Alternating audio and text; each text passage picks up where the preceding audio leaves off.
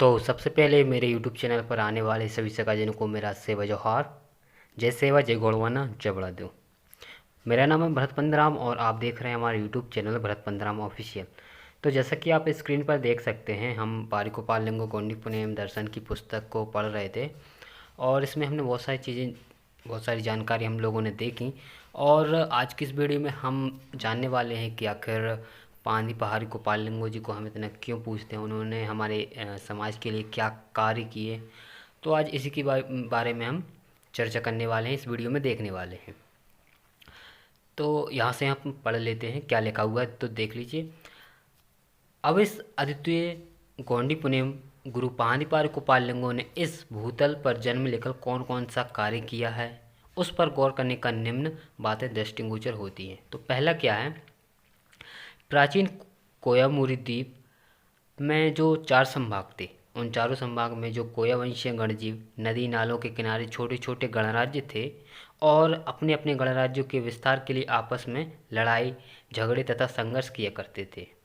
उन सभी को सगावेन युक्त सामुदायिक व्यवस्था में संरचित कर एक दूसरे के साथ पारी यानी वैवाहिक संबंध प्रस्थापित करने के लिए नियम पानी गोपाल लिंगो ने प्रस्थापित किया, जिससे आपसी संघर्ष समाप्त होकर उनके बीच भाईचारे एवं सगा संबंधियों का नाता स्थापित हुआ। मतलब कि जो हमारे जो प्राचीन कोयमुर द्वीप के जो 4 संभाग थे, उसमें बहुत सारे गणराज्य थे।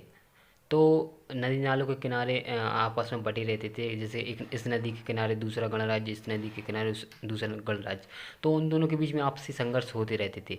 तो पानी गोपाल लिंगो जी ने क्या किया, उन दोनों जो गणराज्य थे उन दोनों के बीच में एक वैवाहिक संबंध प्रस्थापित कर दिया, जिससे कि उनके जो आपसी झगड़े हैं वह समाप्त हो सके, कम हो सके, और उन्हें उनके बीच एक भाईचारे एवं सगा संबंधियों का नाता स्थापित कर दिया उन्होंने।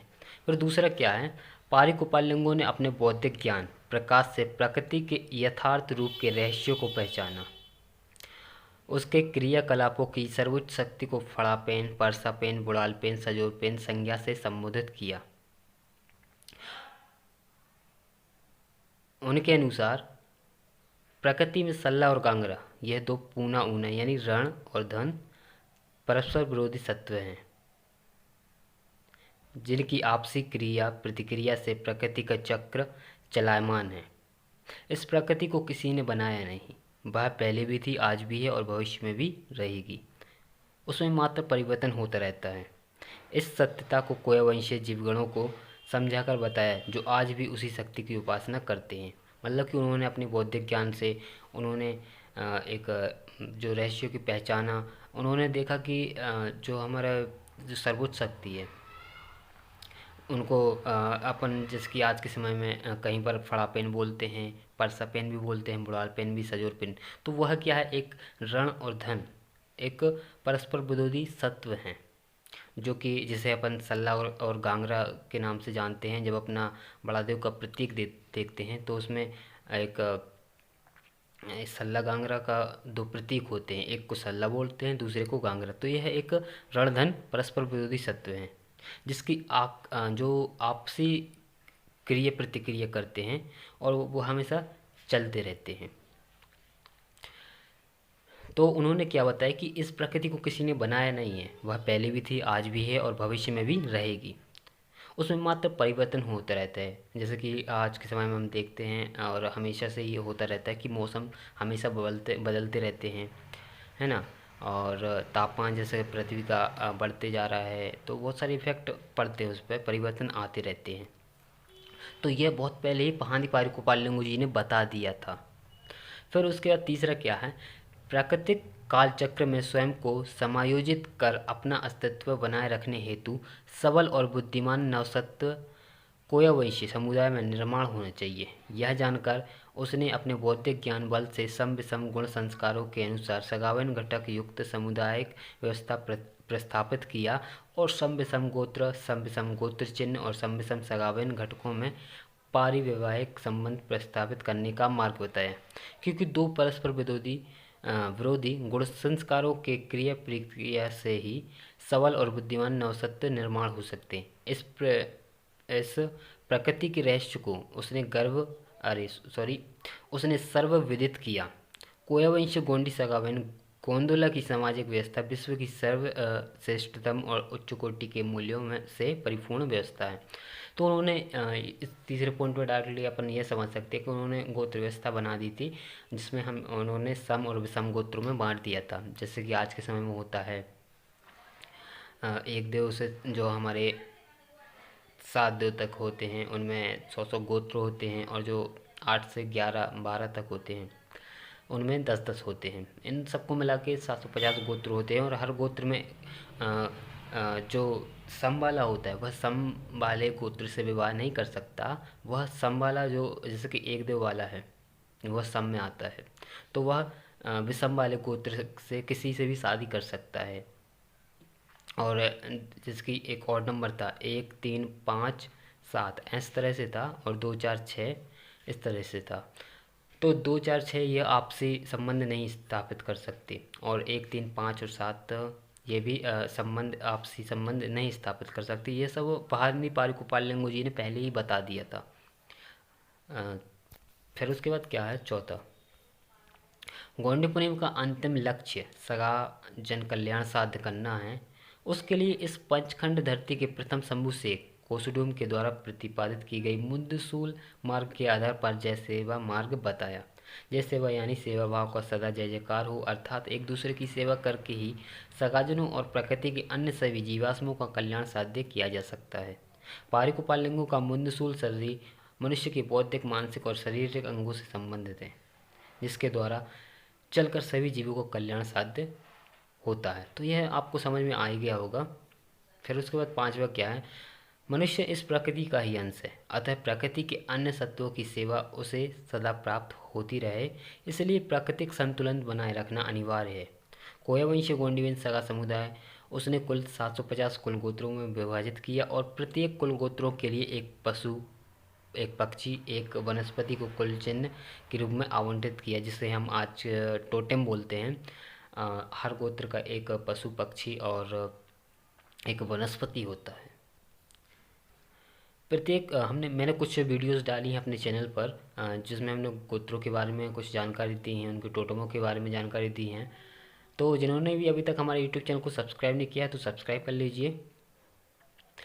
फिर उसके बाद क्या हुआ है, प्रत्येक कुल गोत्र धारक, यहाँ पर हमने पढ़ लिया था। फिर और अपने कुल चिन्हों के सत्वों को छोड़कर अन्य जीव सत्वों का मात्र आवश्यकता अनुसार भक्षण भी करते हैं।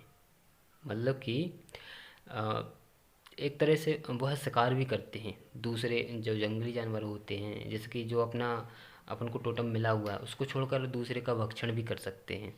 क्योंकि इससे क्या होता है, प्रकृति में एक संतुलन बना रहता है। अगर कि लोड बढ़ता जाएगा ना तो प्रकृति असंतुलित हो जाएगी। तो जैसे कि मृत्यु होती है तो उसका किसी न किसी का जन्म भी होता है। यह एक संतुलन प्रकृति का बना हुआ है, और इसे कोई भी नहीं मिटा सकता। फिर उसके बाद क्या है,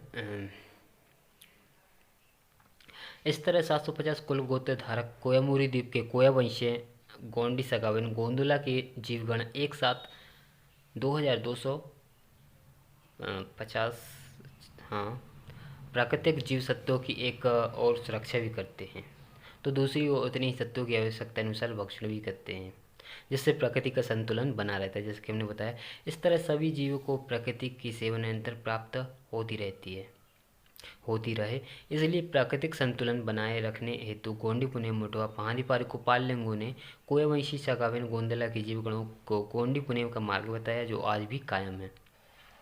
फिर छठवा क्या है, संपूर्ण कोयवंशीय समुदाय को सगायुक्त सामाजिक संरचना में विभाजित करने के पश्चात उस सगावेन घटक युक्त सामुदायिक व्यवस्था को पोषक हो ऐसे व्यक्तित्व नववंश में घड़ाने हेतु पहाड़ी पारिकुपालिंगों ने हर ग्राम में गोटुल नामक संस्कार एवं शिक्षा केंद्र की स्थापना की। उसमें छोटे बाल बच्चों को उम्र के 3 साल से लेकर 18 साल तक उचित शिक्षा प्रदान करने का कार्य पारिकुपालिंगो जी ने शुरू किया। उक्त गोटुल संस्कार में छोटे बाल बच्चों की मानसिक शक्ति एवं प्रवृत्ति का विकास, उनके उपयोजन गुणों का विकास, उनके व्यवहारिक क्षमताओं का विकास, शारीरिक स्वास्थ्य और संवर्धन क्षमताओं का विकास साध्य करने के लिए गांव-गांव में क्या था, गोटुल प्रमुखों की नियुक्ति करने का मार्गदर्शन किया। इस पर से कोयावंशी जीवगणों का सार्वगुण विकास साध्य करने हेतु पाणिपारिक उपालिंगों ने अपने गोंडी पुनेम में बौद्धिक, शारीरिक और मानसिक विकास को अधिक महत्व दिया है।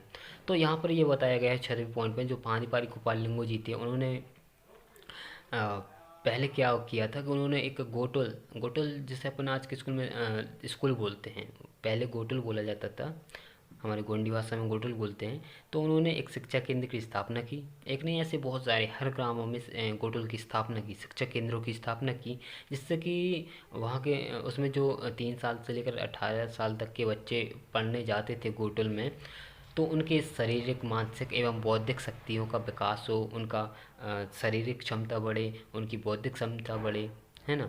तो इन सब चीज़ों के ऊपर उन्होंने एक फोकस डाला था, ऐसा बोल सकते हैं। तो और यही मेन थे। गोंडी पुनेम दर्शन में बौद्धिक, शारीरिक और मानसिक विकास को ही अधिक महत्व दिया गया है।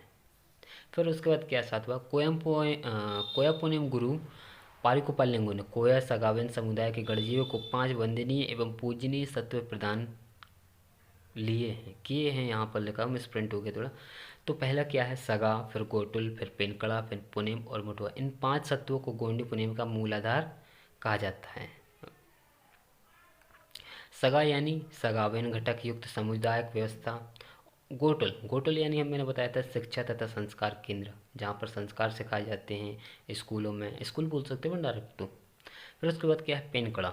पेनकड़ा यानी सर्वोच्च शक्ति का उपासना स्थल। पेनकड़ा कहलाता है जो हमारा देव स्थल होता है, उसे ही जहाँ पे हमारे गांव, हमारे जो घर के देवी देवता होते हैं, हमारे ग्राम के देवी देवता होते हैं, उन्हें उसी को ही पेनकड़ा बोलते हैं। फिर क्या है, पुनेम यानी जीवन का सत्य मार्ग, और मुठवा यानी गोंडी पुनेम सारे के ज्ञाता गढ़जीव। तो यहाँ पर पुनेम 2 शब्दों से मिलकर बना है, पोय धन नेम। पोय का होता है सत्य और नेम का अर्थ होता है मार्ग, मतलब कि सत्य का मार्ग, ऐसा होता है। और मुठवा यानी गोंडी पुनेम सार के ज्ञाता गणजीव। मुठवा यानी जिसके पंडा पुजारी होते हैं बहुत सारे, है ना। तो इस तरीके से जो मुठवा होते हैं, हमारे गोंडी पुनेम के जो ज्ञाता होते हैं, जिनको ज़्यादा ज्ञान होता है, उन्हें हम मुठवा बोलते हैं, जो पूजा पाठ करते हैं, है ना। फिर इन 5 वंदनीय एवं पूजनीय सत्यों को आदर्श मानकर उस अनुसार चलने से सगाजीवों का कल्याण साध्य किया जाता है। फिर उसके बाद क्या है, अगला पॉइंट 8वां, प्राकृतिक न्याय तत्व पर आधारित मुंजोक अर्थात अहिंसा दर्शन का सिद्धांत भी पाणिपारिक गोपाललिंगो जी ने प्रतिपादित किया है। मान मति तुन नोय सेवा जोके जीवा तुन पासी हेवा, जीवा सिए तुन हिले माहवा, जीवा ओहे तुन हिले तहवा। पाणिपारिक गोपाललिंगो का यह गोंडी पुनेमी मुंजोक सिद्धांत एक ऐसा अनोखा दर्शन है जो प्रकृति के न्याय दर्शन पर आधारित है। इसको भी हम आगे पढ़ेंगे, इसमें होगा इस पुस्तक में। फिर उसके बाद 9वां पॉइंट क्या है, सत्य मार्ग से चलने के लिए सगा पोय सर्री, सगा पारी पोय सर्री, सगा संगी पोय सर्री, सगा सेवा पोय सर्री और सगा मूंद पोय सर्री, यह पुनेम विचार उनके कोयावंशी सगाबेन समुदाय के जीवगणों को दिया है। और यही वजह है कि इस पुनेम के मार्ग पर चलने से कोयावंशी सगाबेन गोंदुला के गणजीवों में 100% सत्य नीति, ईमानदारी, सेवा भाव और सत्यवाणी ही हर पल और हर कदम का दृष्टिगोचर होता है। उसके बाद 10वां पॉइंट क्या है, शंभू से की जो समकालीन जोड़ी थी, जिसे शंभू गौरा की जोड़ी से जाना जाता है, कि डमरू यानी गोंडी भाषा में गोंदांडी बोलते हैं, गोयन दाड़ी की आवाज़ से पारिकोपाल्यंगों ने गोदाड़ी वाणी की रचना की और उसी वाणी से गोंडी पुनेम का प्रचार एवं प्रसार किया। मतलब कि जो शंभू शेख जी ने जब डमरू बजाई थी और उसकी ध्वनि जब उन्होंने सुनी, तो उसको उन्होंने एक वाणी की रचना की। फिर उसी रचना जो वाणी थी, उसी से उन्होंने गोंडी पुनेमी प्रचार किया था, प्रचार एवं प्रसार किया था पूरे 4 संभागों में। जो कोयमुरी द्वीप के 4 संभाग थे, ओमो गुट्टा कोर, अपोका गुट्टा कोर, सईमाल गुट्टा कोर, और एक और है तो आप कमेंट में बताना कि वो क्या है। तो मिलते हैं अपने अगली वीडियो में, तब तक के लिए सेवा जोहार। आज के लिए तो बस वीडियो में इतना ही था। तो जिन्होंने भी हमारे यूट्यूब चैनल को सब्सक्राइब नहीं किया तो वो सब्सक्राइब कर सकते हैं। तो मिलते हैं अपने अगली वीडियो में, तब तक के लिए सेवा जोहार। जय सेवा, जय गुणवान, जय बड़ा देव।